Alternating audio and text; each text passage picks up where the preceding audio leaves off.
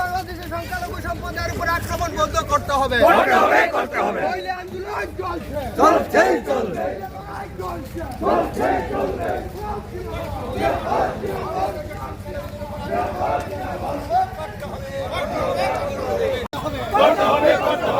সংখ্যালঘু সম্প্রদায়ের নিরাপত্তার ব্যবস্থা করতে হবে। সংখ্যালঘু সম্প্রদায়ের যানবাহনের নিরাপত্তা করতে হবে।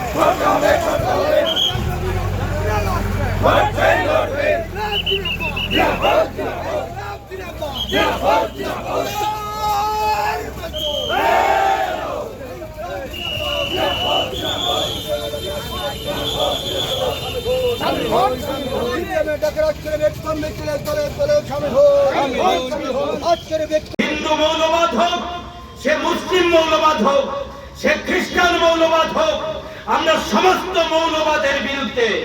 মৌলবাদ সমাজ সভ্যতাকে ধ্বংস করে, গণতন্ত্রকে পদদলিত করে, রক্তাক্ত করে। বাংলাদেশ এখন মৌলবাদী তৎপরতায় সর্বোচ্চ জায়গায় পৌঁছে গেছে। শেখ হাসিনার সরকার স্বৈরাচারী পদক্ষেপ ছিল, এটা অস্বীকার করবার সুযোগ নেই। শেখ হাসিনা সরকার পতন ঘটার পর এখন মৌলবাদী শক্তি, স্বৈরাচারী শক্তি অত্যন্ত সক্রিয় হয়ে উঠেছে।